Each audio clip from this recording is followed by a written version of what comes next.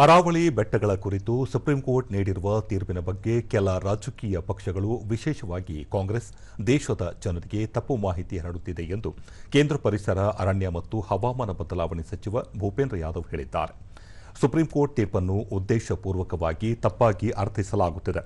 ತೀರ್ಪನ್ನು ತಮ್ಮ ಸ್ವಂತ ಹಿತಾಸಕ್ತಿ ಕಾಯ್ದುಕೊಳ್ಳಲು ರಾಜಕೀಯ ಸಾಧನವನ್ನಾಗಿ ಬಳಸಿಕೊಳ್ಳುತ್ತಿದ್ದಾರೆ ಎಂದು ದೂರಿದ್ದಾರೆ.